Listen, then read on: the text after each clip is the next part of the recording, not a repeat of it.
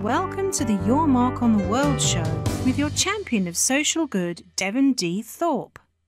This episode is made possible via the support of our sponsors, including Johnson & Johnson's CaringCrowd. John should be with us here momentarily. There he is. Speaking of momentarily, he popped up. John, how are you? Hello. How are you? It's great. I'm doing well. My brain is still functioning. It would take a neuroscientist to estimate at what percent of my capacity I'm functioning, but I am functioning. It's great to see you, bright and fresh. So how are things in New Jersey today? Good, good. It's exciting couple of days for CaringCrowd with lots of action, more than 24 live campaigns on the site, and lots of action behind the scenes and on the scenes. Yeah, that's great. Well, tell everybody about CaringCrowd. Give them the overview of CaringCrowd, because it's really an amazing story. Yes, well, Johnson & Johnson has this credo, which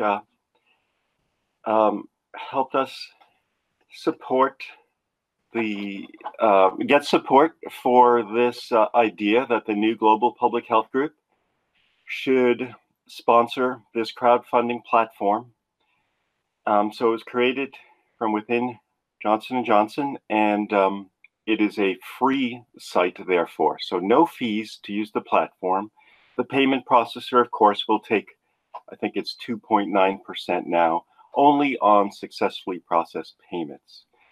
Not only that, at times we actually pay you to use the site. So we provide some matching funds from the courtesy of the Global Public Health Group at Johnson & Johnson. That's not to be confused with employee matching. This is additional and separate and applies to anyone who pledges on a CaringCrowd project when the funds are available, and it's automatic. There's no additional click that anyone has to make to apply those matching funds, which count towards the goal on the project page. It really is an amazing feature of CaringCrowd that there is this global organization behind it, corporation, that has the wherewithal to put some money behind its its mission. So I think the tally of funds available now is on the order of $690,000 that's been committed. Most of that has been actually donated, right, John? That's correct. So approximately 640 to 50,000 has actually gone out the door in matching funds alone. There's almost $40,000 available at the moment. And in addition to that, there have been more than $1.1 million in individuals' pledges on the site. So if you net it out, it's well over $1.5 million has passed through the site for more than 200 successfully funded campaigns for projects in 34 countries, all related to health or having a potential health outcome. All of those projects have been reviewed by an independent panel of public health professors who pro bono and independently review the projects. Also, the nonprofits are verified. So a key aspect of CaringCrowd is that funds raised go to the nonprofit first before they're sent out to do the good work in the particular project. Yeah, it really is inspiring to see what you're doing there, and the range of projects is also surprising. With a global public health objective, it's interesting the range of things that fit into that, from gun safety education to providing maternal and child health care in Malawi. It's all kinds of different projects, diapers. And we'll hear from Stephanie Bowers here in about 20 minutes, but she's raised on your site something on the order of $250,000 for diapers. But really kind of inspiring things, aren't they? She's a top user of CaringCrowd in terms of funds. So yeah, it's interesting. So each project, you may think diapers, that seems silly, but the recipients of these cloth diaper kits, which can last for a couple of years, often have to make the choice between diaper and food. And there's a sanitation aspect, there's a dignity aspect as well. Other projects are clearly in the public health traditional spaces, whether it's training emergency care physicians, the first ones in a particular country, or child health, clean water, things like that. But if a particular project can demonstrate that there is a significant enough health impact, projects that you might not think at first glance might qualify. For example, the Wiser School for Girls in rural Kenya. It's a boarding school, and the funds raised go to tuition, room and board, uniforms. But there's a long list of health impacts, health risks reduced and eliminated if an at-risk girl, so all the girls who go there were at risk, if they can attend the boarding school. So they are removed from almost certain poverty. Every girl that attends the boarding school would not have otherwise been able to attend secondary school and go on to technical school or college. And on the site, they have clean running water. They're away from gender-based violence risks that they would have been exposed to. So that clearly qualified. Yeah, perfect example of how the first order impact may not be health, but immediately we see the second order benefits are health related, and they make a great fit for CaringCrowd. I'm just going to pull up a little profile we did. This is just basic facts, but you can help us confirm that this is right. I think you're seeing this now, aren't you, John? Yes. So, of course, the website is CaringCrowd.org. That's where people can go to give today on Giving Tuesday. And what a great assortment of projects there are. A couple dozen projects that are active right now, I think, right, John? Yeah, so last time I looked, late last night or this morning, there were 26 active campaigns for projects around the world, from the US, across the US, to Latin America, to Africa, to India. And so you can go there and browse them and support one that speaks to you, or share that project or the entire site. We'd be grateful. And the beneficiaries would be grateful. We also have gift cards recently launched. So you can go click on gifts and kill two birds with one stone. So you brilliant. can get a gift card by email, all online, all from where you're sitting. So you don't have to go to the store. You can email that card to a recipient. You can give them the choice of picking a campaign, or you can pick it for them. And so you can fulfill your Giving Tuesday desires as well as your holiday shopping. It's brilliant. I do want to very explicitly take a moment to thank you, John, for the support that you have provided, not only today, but throughout the year. CaringCrowd, Johnson & Johnson, has been a supporter of our work, and it makes a tremendous difference in our ability to deliver what we try to deliver to the community, including this crazy 24-hour streamathon, but our regular coverage of crowdfunding for social good. You make that possible, and we're tremendously grateful for your commitment to this global effort to help improve global health. And we're grateful that that includes support for our work. So thank you.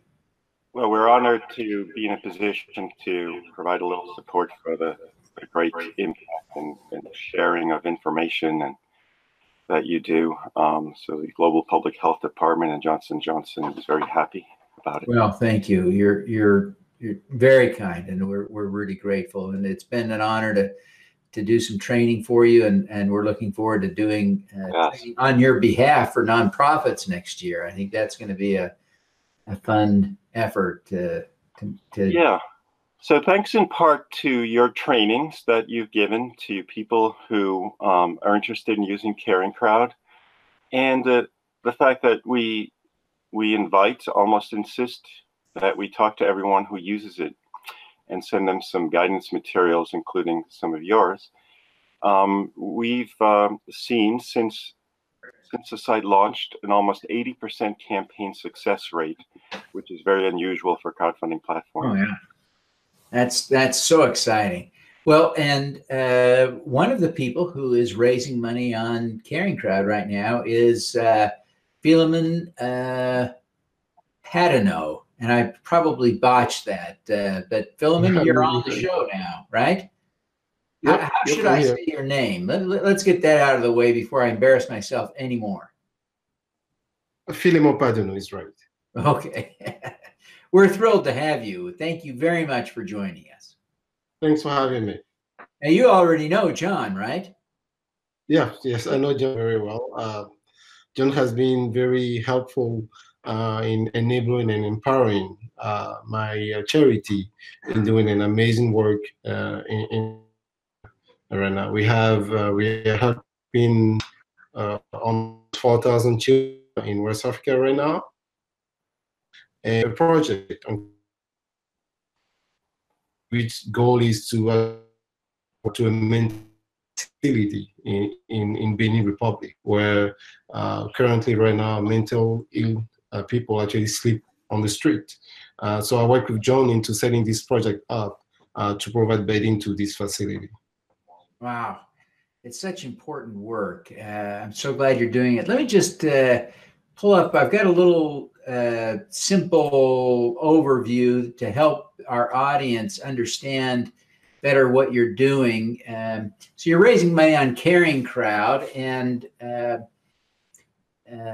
you can see the campaign that you were just wrapping up. I don't know if you adjusted the goal, but if people visit bit.ly/cc-beds, they will find one of your campaigns on CaringCrowd. I think you've got one that's active now. You had completed this one yesterday morning. Yeah, yes, we did.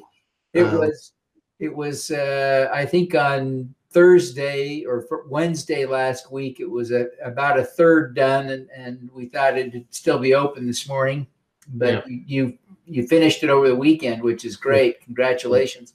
Yeah, I think it was mainly because of CaringCrowd. You know, our donors were very, they were very happy, and they were very excited, right, to help us get this done through CaringCrowd. So without CaringCrowd, we wouldn't be able to do any of the work that we are doing in Africa right now.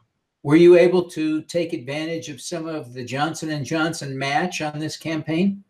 No, we only went through the CaringCrowd because most of our donors are actually not Johnson & Johnson employees.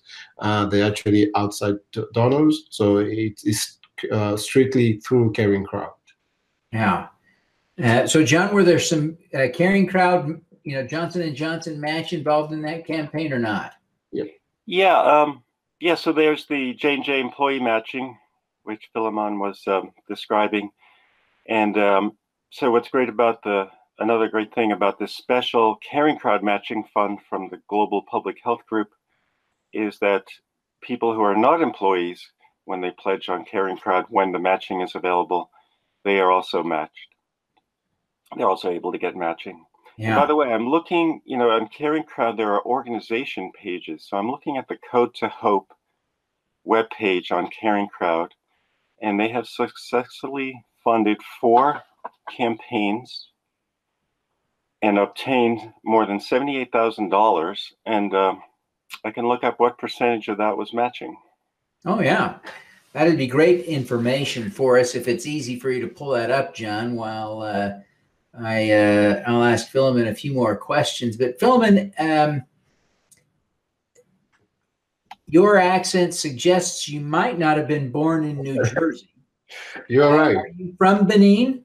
Yes, yes. I'm originally from Benin Republic, and I moved to the United States in 2007. I started working for Johnson & Johnson in 2013, and since then, I label myself the luckiest man alive because it's such a privilege to work for such a caring company like Johnson & Johnson and meet amazing people like John, who set up an amazing platform like CaringCrowd to enable me to do such a great work in Africa and empower the next generation of African leaders in the whole West African region. So yeah. It is such important work that you're doing, and it is magic. It's just wonderful to work for a company like J&J that will support you in that effort. Absolutely. I wonder if you'd take us to Benin for a moment and tell us about the circumstances you saw there that you're trying to address. You mentioned them a little bit, the need for the beds, and tell us a little bit more.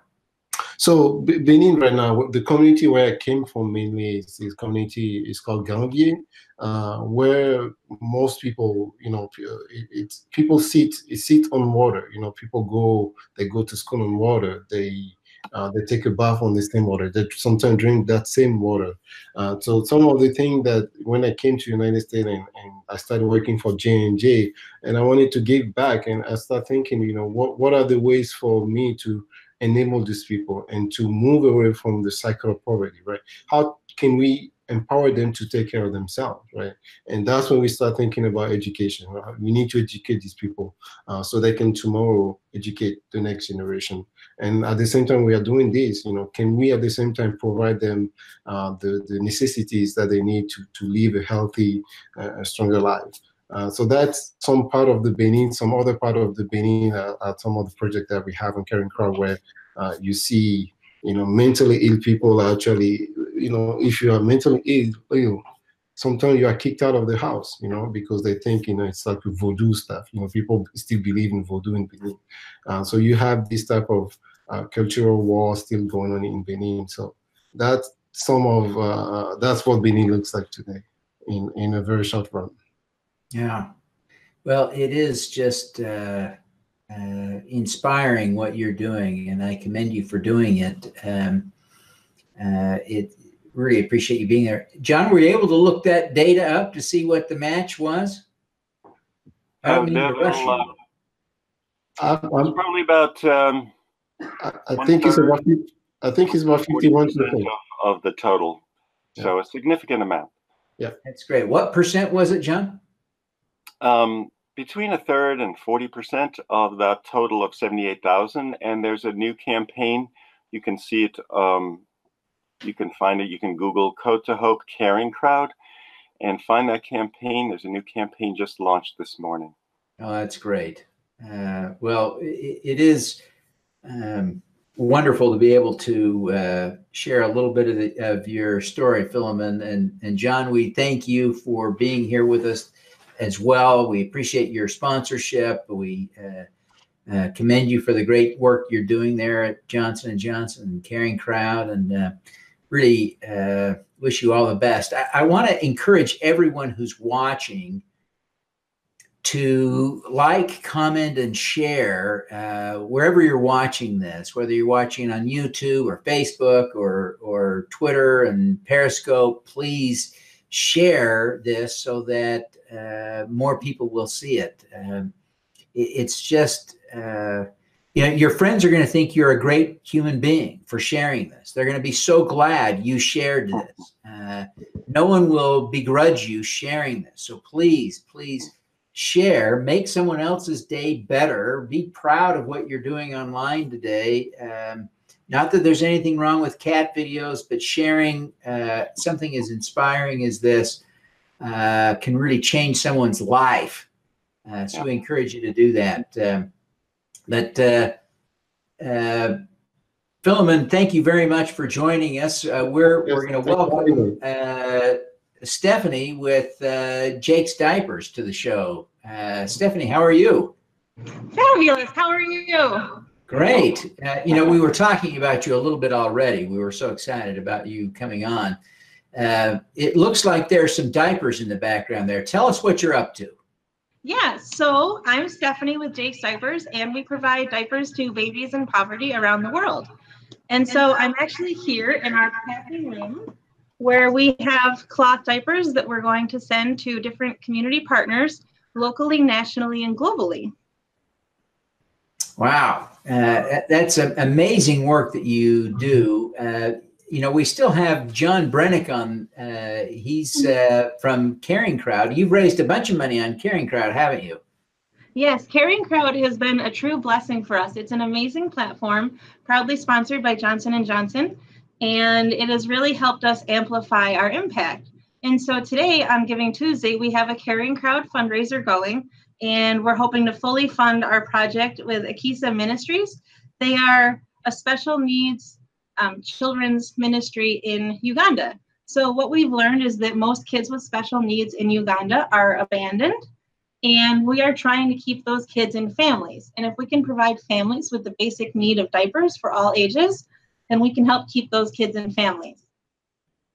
Yeah, that's powerful. You have sometimes global giving for some of your crowdfunding. Yep. That gives you an interesting opportunity to compare and contrast. So for the sake of our audience, what are the relative advantages and disadvantages of, or maybe to think of it better, the use cases for CaringCrowd and global giving? Yeah, so we do work with Global Giving and CaringCrowd both really well. They're both amazing platforms. They are a little bit different. CaringCrowd is focused specifically on global public health, whereas Global Giving encompasses more education, health, sanitation, like all sorts of things. And then CaringCrowd is an all or nothing platform, kind of like a Kickstarter-y sort of campaign where it's when you are fully funded, then you receive your funds. On Global Giving, any donations that are made, the nonprofit receives them whether a project is fully funded or not. Interesting. Now, John, you've had Stephanie a number of times. I think you may even have told me that she is the #1 fundraiser on CaringCrowd. Is that right? Yes, in 2017, she was #1 on both Global Giving and CaringCrowd. So she's quite the go-getter on these platforms. Wow. That's incredible. Yeah, it is. And she continues to be on CaringCrowd. She continues to be trending that way as again in 2018. Is that right? We'll see. Oh, hopefully. yes, of course. Yeah. Yep, she's up there. There's a little closer competition this year, so let's watch that race. Well, that's a good problem for you to have, John. But Stephanie, I congratulate you for the success you've had. I wonder if you would just take a minute, Stephanie, to brag about the accomplishment you're most proud of with Jakes Diapers. That's a good question. So I'm actually the co-founder, and I tell people that my life is living proof that God has a sense of humor, because I am an introvert by nature and I know an awful lot about cows. So I have a master's degree in ruminant nutrition. So what happened in my life is 7 years ago, I went to Peru and visited an orphanage that was reusing disposable diapers because they were living in dire poverty. And what do you do when you have to choose between food and diapers? So that experience changed the trajectory of my life. And fast forward to today, and we've diapered over 10,000 kids, 16 countries, including here in our own Wisconsin backyard. I talk about diapers and period products, all the things that nobody really wants to talk about, but there's such a basic need for the people that need them. And so the kids that we serve are kids that typically don't have a voice. We're serving vulnerable populations, and if I'm not their voice, who is speaking up for them? Who is helping them? When we think about basic needs, we think food, clothing, shelter, and water, but diapers and period products are a huge overlooked need. We're keeping girls in school. We're keeping kids in families. We're doing all of these things just by meeting basic needs. So partnering with Johnson & Johnson and Global Giving has really been a true blessing to help us amplify our impact. Well, and you do amplify your impact.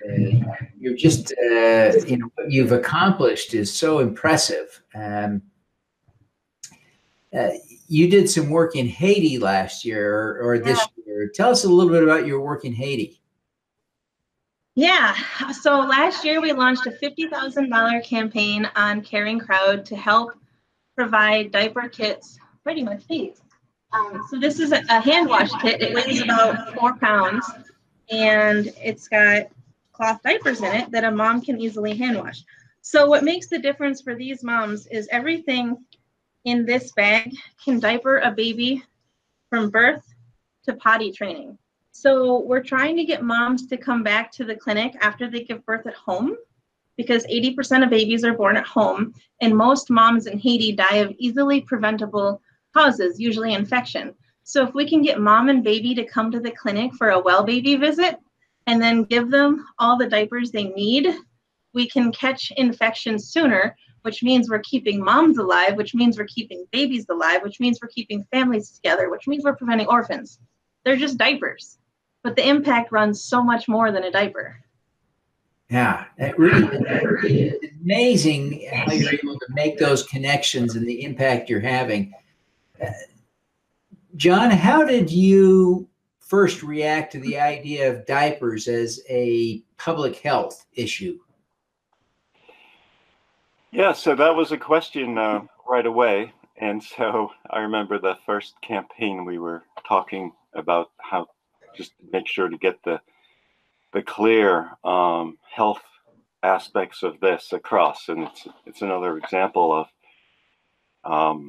how something at the first glance doesn't appear to have a great health impact, but it does have a huge health impact and a psychological impact. And it's incredible, really. Yeah. Stephanie, how did you first find CaringCrowd? John called me. That was a phone call that was amazing and life-changing as well. That's great. Brilliant, John. Brilliant. Brilliantly Yeah, done. I'm so thankful. It's been amazing. I haven't quite figured out how exactly he found us, but it was amazing. So thank you. John, how did you find her? Do you remember? It's been a long time. Well, especially earlier in CaringCrowd's history, did more searching for worthy nonprofits and just wanted to spread the word that way.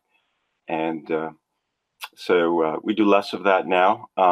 We hope that people will email help@caringcrowd.org or just start a draft, and then we'll talk. Yeah.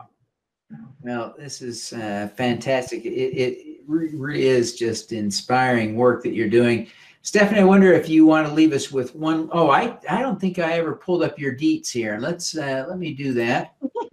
Just want to, this is really a gross simplification of what you're doing, but let me at least put this on the screen so people see written down what jakesdiapers.org looks like. Your Twitter handle and Instagram are both Jakes Diapers, so you're easy to track down on social media.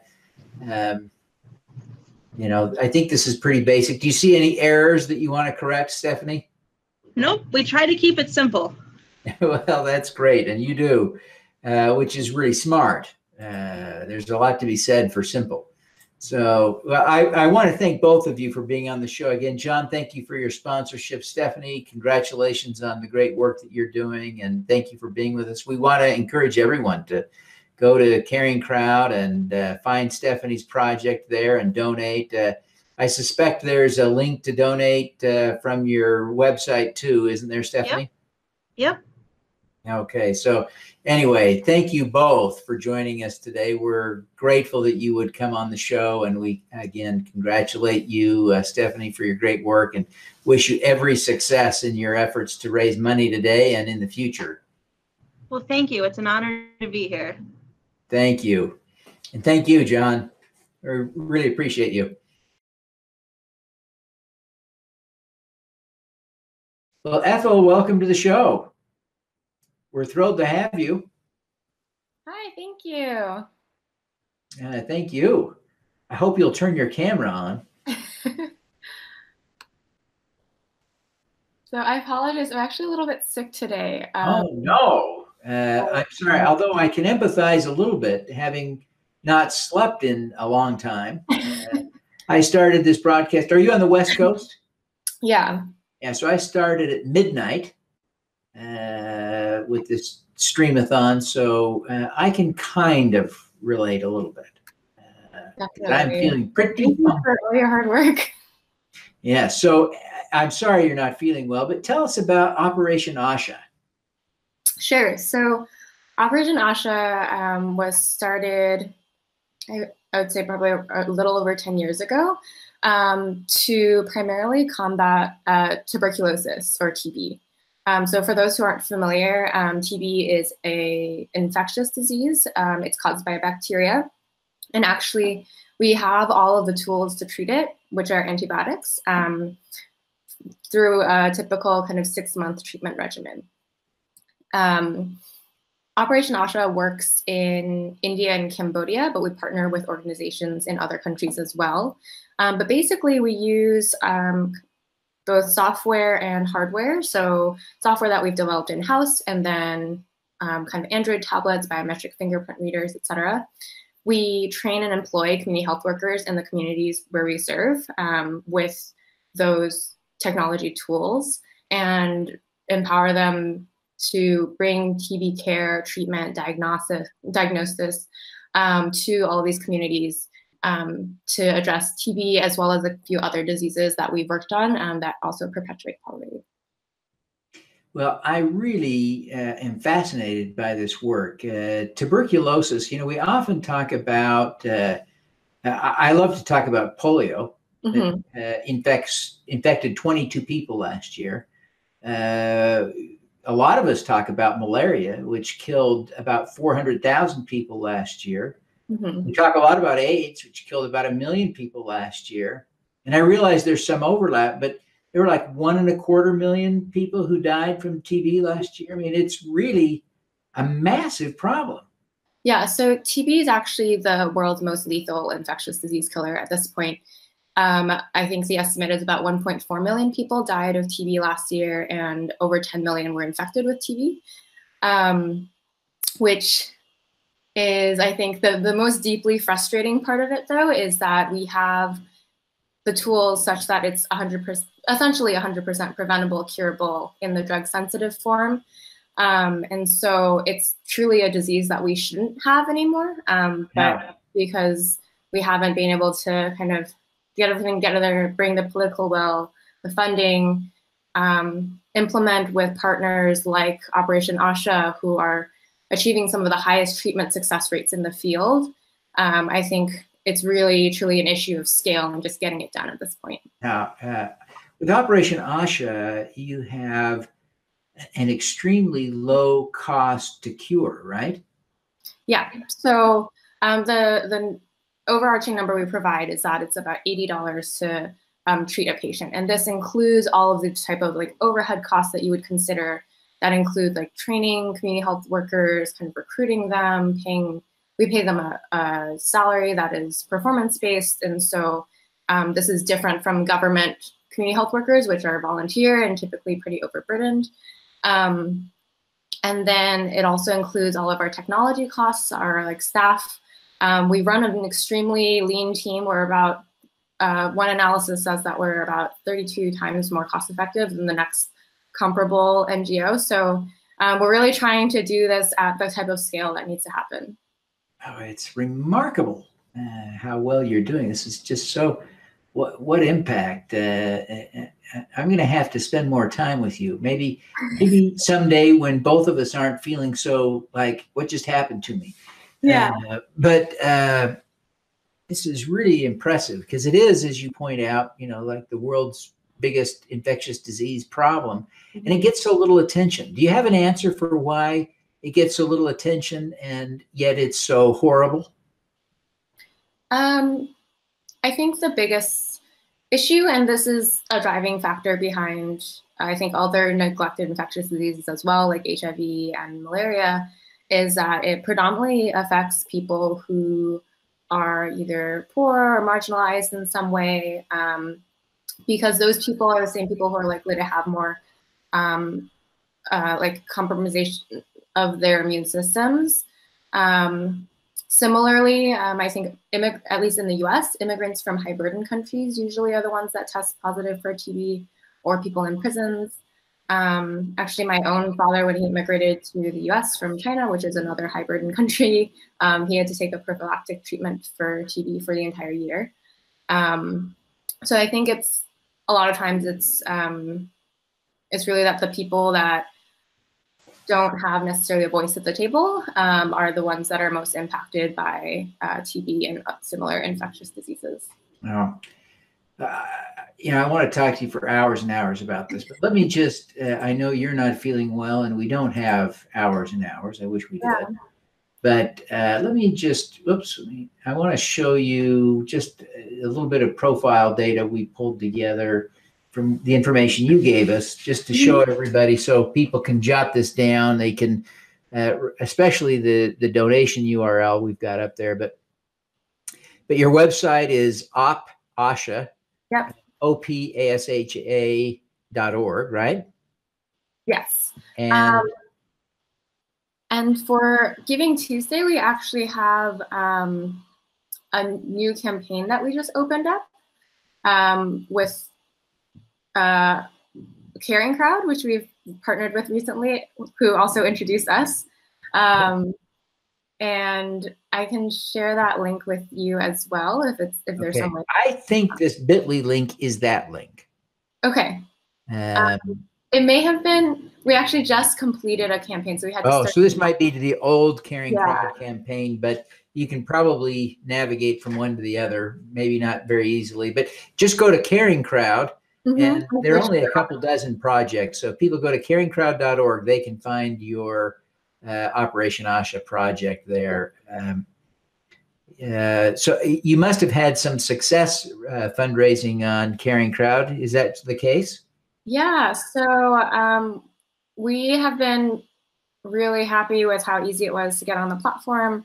I think one of the major perks as well is that CaringCrowd is still, they have an ongoing matching fund, and they're matching up to $250 per donor per project.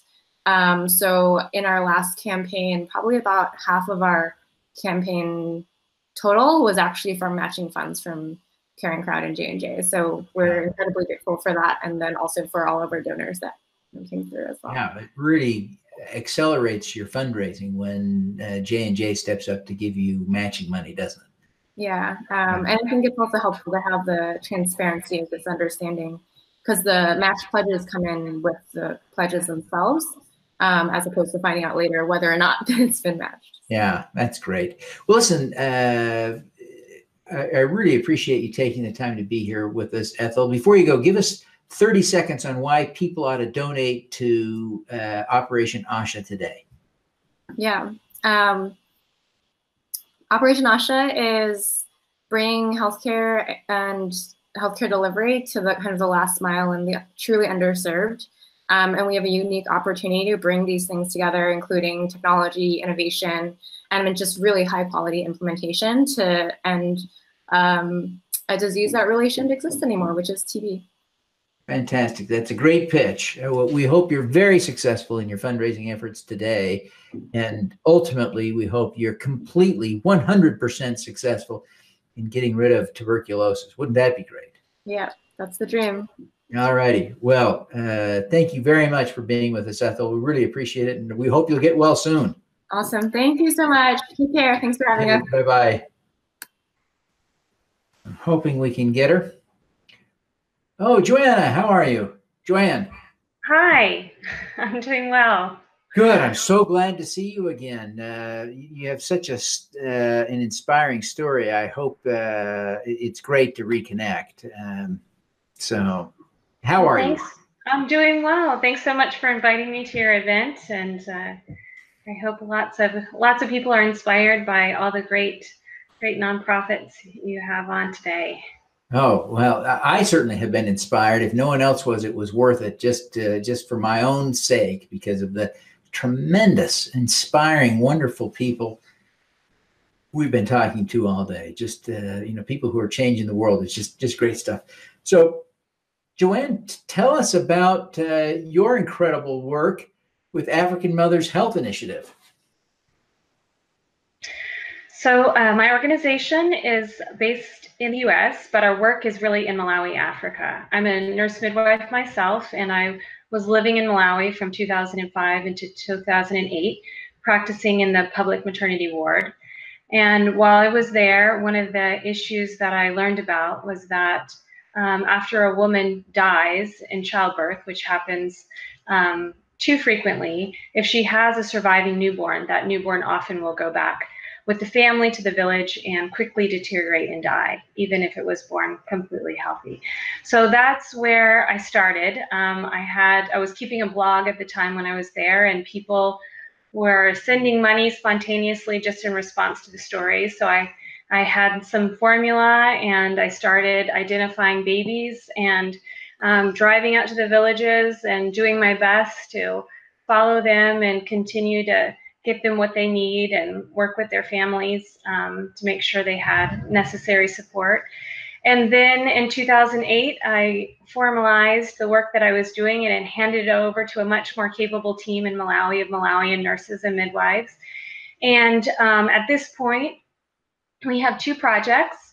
So we enroll babies. We have babies who are orphaned at birth.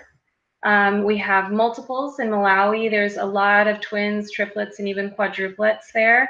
And most of the moms of those babies will say that at least one of their children will die before reaching the age of 1. So we enroll all the twins and triplets in the area that we're working in. And then low birth weight babies, so babies that are going home to the village weighing less than 5 pounds. So for those babies, we send nurses out into the villages about once a month. During their first year. If they are sick or there's any issue, their nurses may come back a little bit more frequently, and then about every 2 months until they reach the age of 2. So the nurses do health assessments. For the orphans, we provide formula.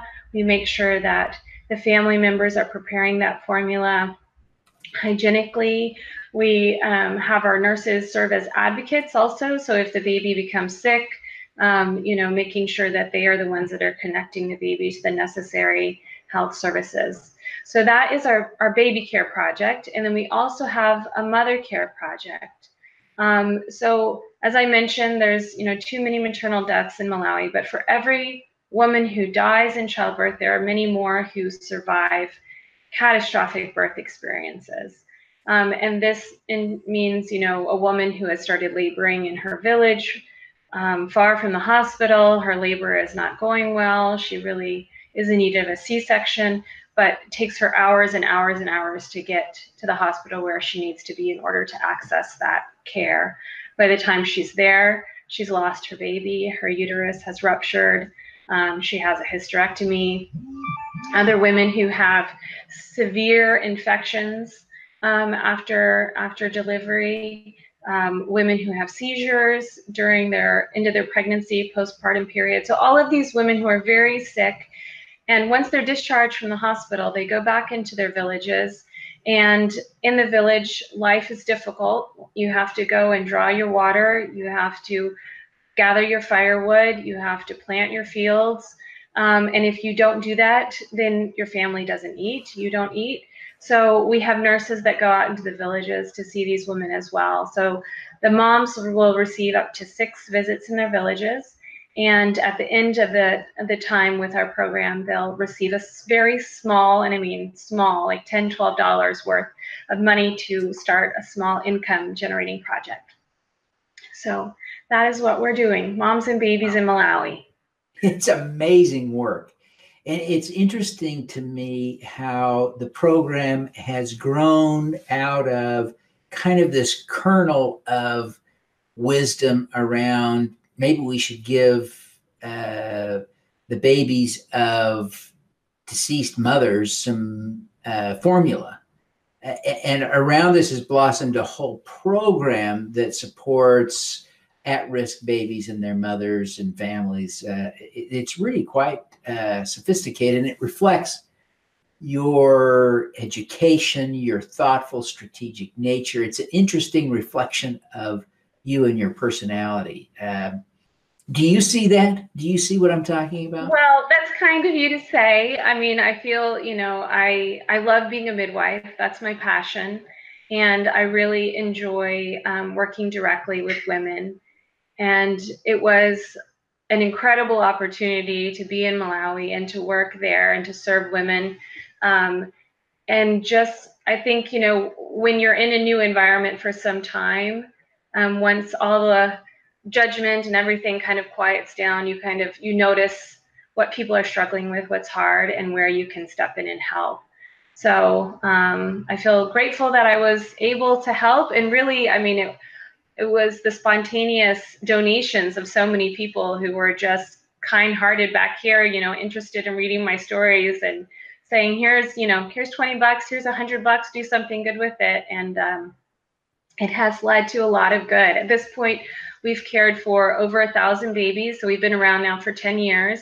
And, you know, we're not a huge program. We're really focused on one district, and each child that we visit represents hours and hours of driving, hundreds of miles on the road, because we're, you know, going out into very rural areas. So over 1,000 babies and almost 500 women at this point. So I feel really proud of the work that's being done, and I'm really grateful for our nurses that are, you know, there in Malawi doing it, and they really do a wonderful job connecting with the families and the communities where we're working. Well, it is so inspiring what you're doing. I'm so grateful. Let me just confirm a couple of details with you. I'm going to pop up a little slide that my staff helped me prepare based on the information you provided us about African Mothers Health Initiative. Your website is africanmothers.org. Your Twitter handle is Malawian Mothers. Your Instagram is AMHI Malawi. And your fundraising today, are you on Global Giving or CaringCrowd today? We're on CaringCrowd, and we, as well as many others, have launched a new campaign today. So if you go to CaringCrowd and you look for African Mothers Health Initiative, you'll find us there. And what we're trying to meet a goal of $6,000, which would fund all of our activities for a month. Wow, that's brilliant. Now, this bit.ly link that I'm displaying next to the words Giving Tuesday, that's probably to your old CaringCrowd campaign, but you can probably find a clumsy way from there, but it may be faster just to search CaringCrowd.org space African Mothers Health Initiative, right? Yes, absolutely. Thanks very much for that clarification. Yeah, they'll take you right there, I think. So I encourage everybody to do that. It's really, I mean, obviously, your work reflects the sophistication of your graduate training, and it's really impressive. And I think about this way, Joanne. You are really still in the early days of building something that will be truly remarkable. Let me just tell you an anecdote to make a point. Nearly 25 years ago, a woman by the name of Ann Cotton went to Zimbabwe, raised the money to send, I think it was 27 girls to, I think, high school. And, you know, she did a couple of bake sales to make this money, pulled it together. It worked. The girls went. Their lives were changed. You know, rinse and repeat. 25 years later, the organization she started has paid for 250,000 girls. Wow. Go to school. That's amazing. That's what I see you doing, Joanne. So. Well, that's very kind, Devin. If I can live up to a fraction of that and contribute in one small way, I'd feel good about that. So. Well, I look forward to seeing you in 20 years, and we'll have you report. Maybe we'll do a report every year, and we can watch your progress. But all right, sounds I expect great things in Malawi. Thanks, Devin. Well, thank you for being with us tonight. Listen, we wish you every success in your crowdfunding efforts today, and certainly in your efforts to save lives in Malawi. Thank you very much. Appreciate it. Have a good night. All righty. You too. Thanks. At CaringCrowd, we believe everyone has the power to make a difference.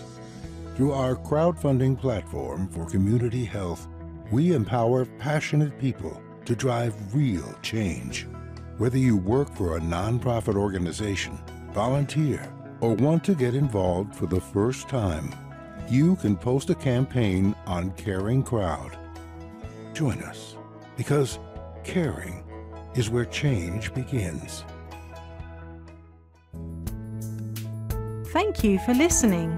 Devin Thorpe's mission is to end extreme poverty, improve global health, and mitigate climate change before 2045 by finding and sharing the stories of those who are doing the most good. You can join with other listeners to accelerate Devin's mission by visiting helpdevin.org right now.